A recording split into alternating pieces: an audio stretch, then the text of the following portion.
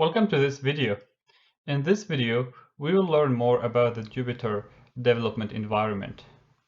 So Jupyter is a coding environment designed to facilitate interactive exploration of data, data science, and machine learning data flows. This environment starts when you start the Jupyter Notebook application and gives you the option to navigate through the file system to different directories and folders, and also locate files that you can open when you click on the files available in the directories. So for example here in files, I can go navigate to any directory in my file system. So for example, I can go to my desktop and look at what files are available there. So if I click on desktop, I'm going to navigate to desktop, which is in my home directory, and my desktop happens to be empty. If it's not empty, you're going to get a list of files that you can pull and open. You also see that you have the option of creating new files. And the Jupyter Notebook is closely tied to Python. We're going to see in a minute how we can create a Python notebook, but it's not limited to Python. Indeed, Jupyter stands for Julia, Python, and R, which is basically an indication that this environment was designed to be usable for different programming languages for data science, such as Julia and R, in addition to Python. In addition, you can also create text files or open text files if they're in the directory, which makes it also useful for pulling different kind of files which are not necessarily source code files. Okay, so let's go ahead and start by creating a new notebook file. So the concept of a notebook is an important one, and it's central to the Jupyter development environment. A notebook is a file that allows us to combine code, data, documentation, pictures to create, as the name implies, a notebook. Basically a live document that not only shows the analysis, but also the results coming out of this analysis. The idea is closely tied to reproducible analytics, and that over time we want to repeat the analysis over and over again when data changes. So the idea of combining data and code means that you don't necessarily need to recreate the final report when the data changes or when you rerun your analysis. That's because the notebook itself is designed to be kind of a live report, running the data and showing the output at the same time. Okay, so now we have a brand new Python notebook. And you can see the type of the notebook here. It says Python 3. If you've configured Jupyter with other languages such as R, for example, you're going to get options when you create a new notebook. In this case, we only have Python because I only configured the notebook, the Jupyter environment with Python 3 in this example. And as you can see here, if your directory has notebooks, you can navigate to these notebooks. You can open the files by clicking on them. For example, let's say I create a new notebook file. It's going to open by default, but let's say we close it and go back. If I click on it, it's going to open and show the content of that notebook.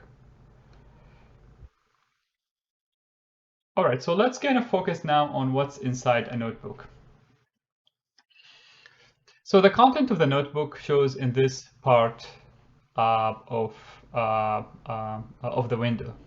And the upper part of the window has some commands that are available to be accessed through a toolbar and also a menu bar, kind of like any visual GUI application such as Excel or other applications, although this user interface is very minimalistic. On the top, we have a banner, and the banner also has the name of the file, which if we click on it, we have the option to change. So I'm going to rename this file my first notebook. And if I click on rename and go back to the desktop, the navigation view, I can see that it has been renamed to my first notebook.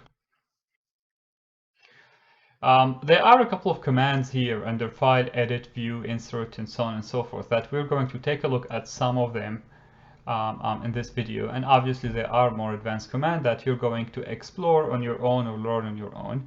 There is also a helpful help menu, which provides links to a couple of references and guidelines, as well as a very kind of handy interface tour, and also a handy cheat sheet for the different shortcuts you can use with a Jupyter environment.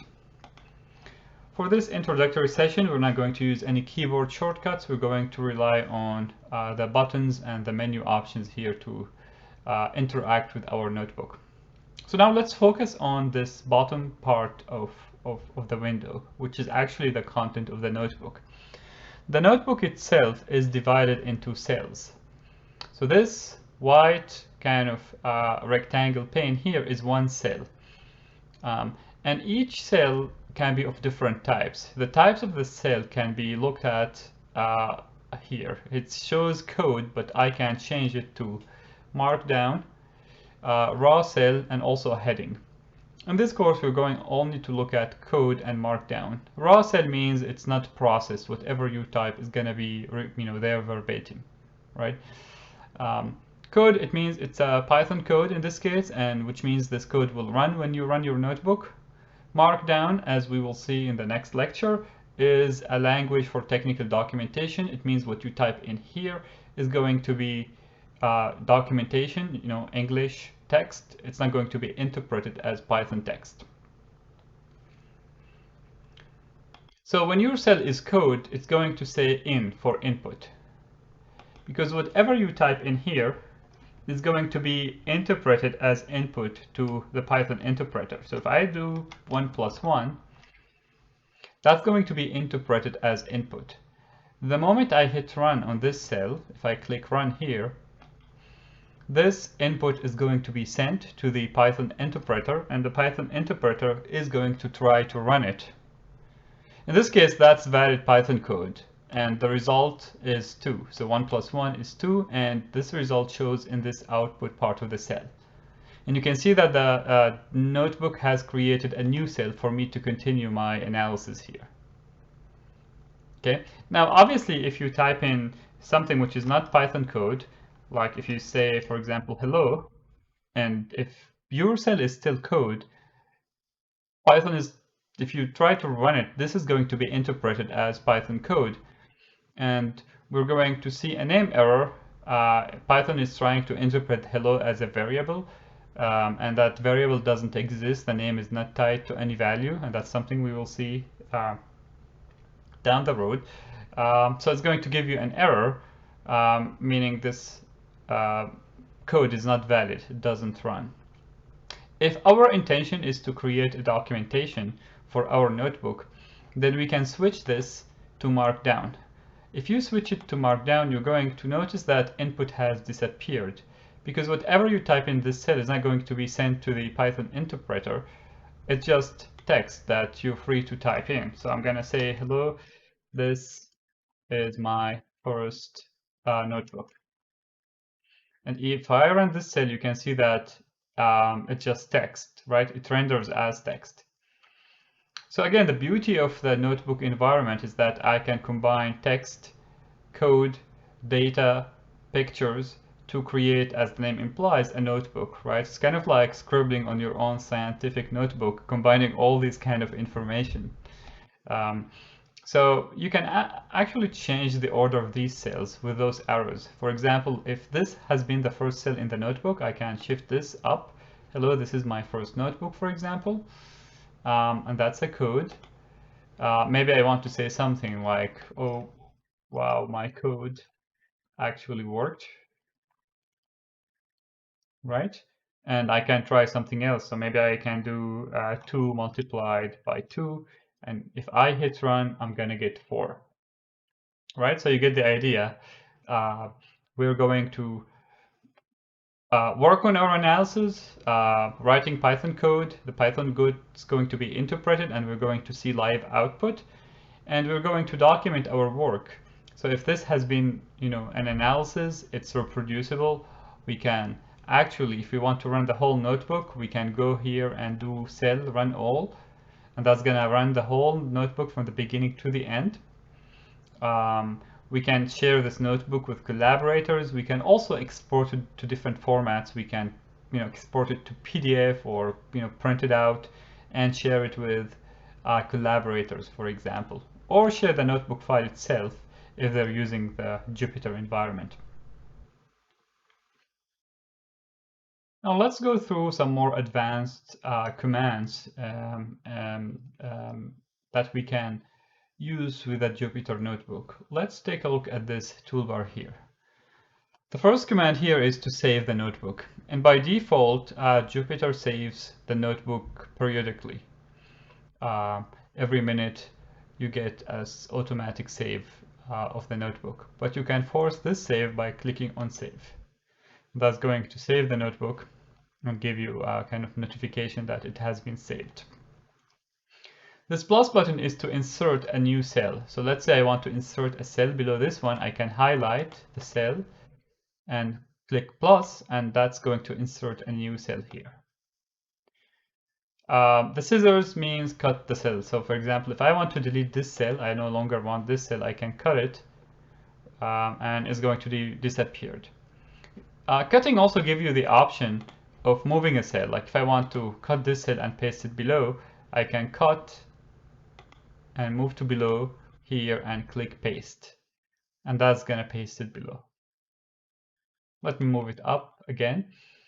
And we've got also copy option. If I want to copy without cutting, just copying the cell and pasting it, that's possible. I can copy and paste. Okay, and we have seen the arrows. They basically move the cells up and down in the notebook so you can organize your notebook content. This is the run command. It's going to run the cell and display the output. And this is the pause command or the stop command. Now, you may ask, like, why do we need it? Many often, especially when it comes to advanced analysis, what you're running may take a long time. And it could be that the analysis itself is complicated, or it could be that there is an error in your code that is making it take much longer than it needs. Let me give you an example. So I'm going to write a loop, and this loop is going to be infinite. If you don't know what a loop is, don't worry. It's basically a programming construct that allows you to repeat something. So what I'm repeating here is 1 plus 1. And this particular loop is going to repeat this forever because it says while true, do 1 plus 1. Usually when we write a loop, we need to plug in a useful condition here. I'm purposefully doing this to show you what's going to happen. What's going to happen here is that the notebook is going to stuck on this cell, and you're going to see the star here. It means this is in progress. Now the problem with this one is that if there's a cell in progress, you cannot run another command. If you do 2 plus 4 and click on run, this is also going to stuck because it's still waiting on this cell, which is deliberately written as infinite loop, which means it will take forever. So if that's the case, if you see that star, it means the notebook is stuck on this cell. You can click the interrupt, the stop button here, and it's going to stop this code, right? And once this code stops, you can figure out the problem, debug the code, or you can move along and run the code below and leave this to later.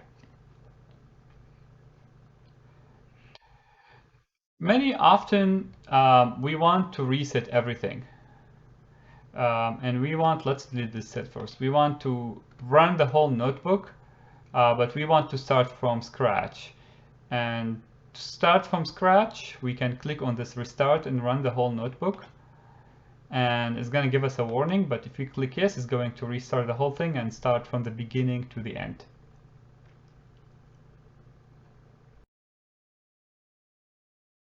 Alright, so now finally, I just want to leave you with a very useful shortcut.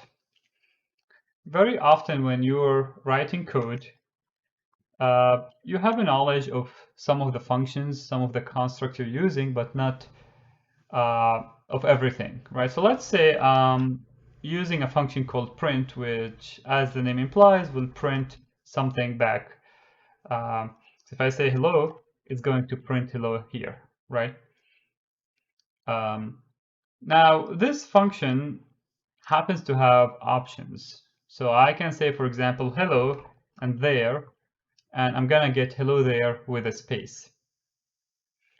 Because each input or parameter to the function is going to be printed after a space from the preceding one. Now this function happens to have options. And if I want to check the options of this function, I need to go check the documentation of Python. So you can navigate to Python's documentation, python.org/doc, or just Google it for example. But if you want to get contextualized documentation help within the notebook without leaving the notebook, what you can do, you can hit place your cursor at the function or the construct you want to inquire about and hit Shift and Tab. Now hitting Shift and Tab is going to give you what we call docstring. That's basically short documentation of this function or that specific construct. If I click on this arrow, it's going to expand here to this kind of pane in the notebook, and that's going to give me the option to kind of read this documentation. In this particular function, you see that there are two parameters here.